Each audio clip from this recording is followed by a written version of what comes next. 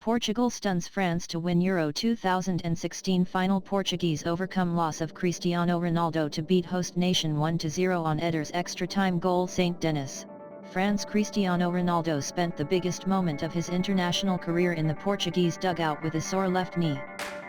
Injured nearly 2 hours earlier, there was nothing he could do in the Euro 2016 final except pace around like a manager wearing shorts. But in those nervous closing stages of Sunday night's game, perhaps for the first time in a decade, Portugal didn't need Ronaldo, its brightest star.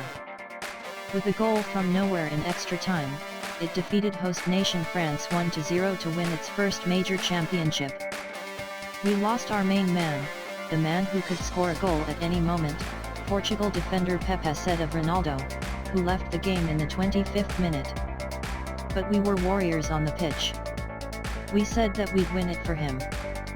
For France, the defeat bordered on unthinkable. Les Bleus had convinced themselves that history was within their grasp at the Stade de France. On the same field where they won the 1998 World Cup, on the home soil where they hadn't lost any of their previous 18 major tournament matches, they felt the trophy was theirs for the taking. But, in a fitting end to a tournament lifted by underdogs, Portugal spoiled the party. It was the country's first win over France at a major tournament.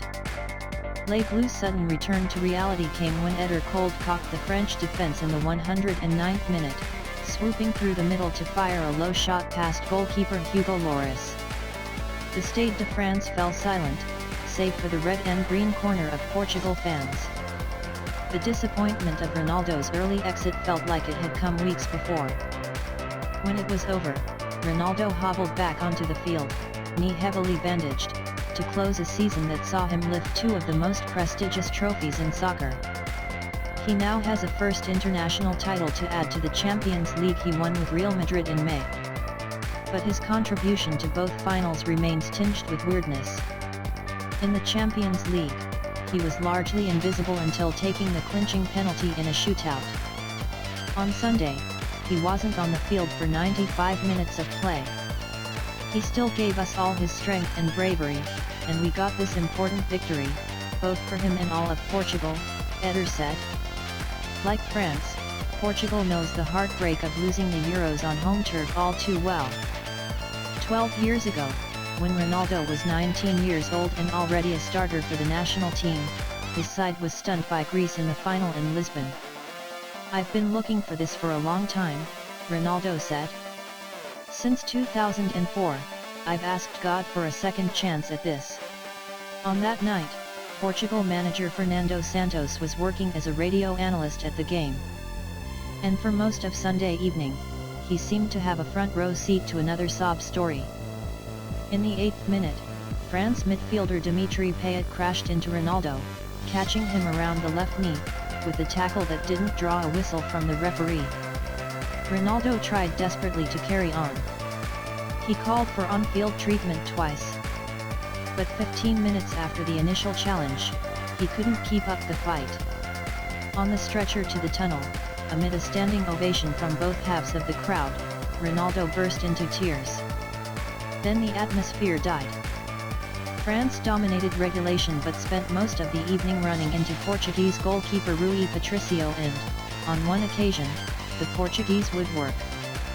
They had 17 attempts at goal to Portugal's 6, but Les Bleus couldn't make the difference. The last, most galling miss before extra time fell to France's André-Pierre Gignac, who hit the post in stoppage time.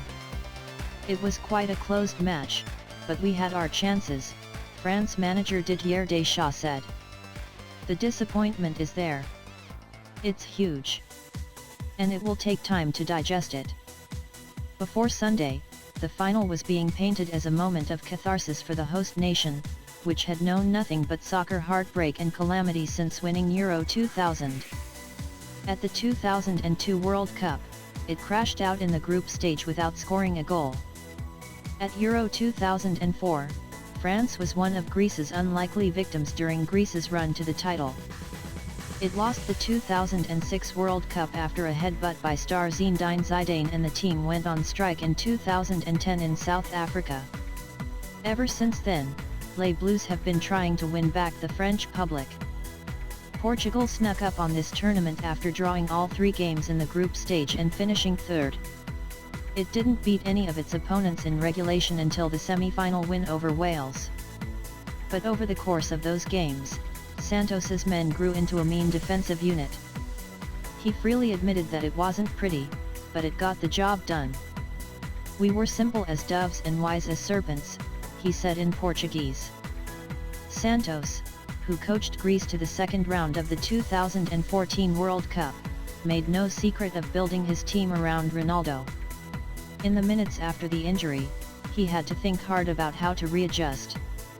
But he trusted Portugal's ability to survive on the strength of its experienced backline and its goalkeeper Patricio, who made 7 mostly brilliant saves. All it took for the rest of the soccer world to realize it, too, was Ronaldo's exit. "Portugal isn't just Ronaldo," said France forward Antoine Griezmann. "We saw that.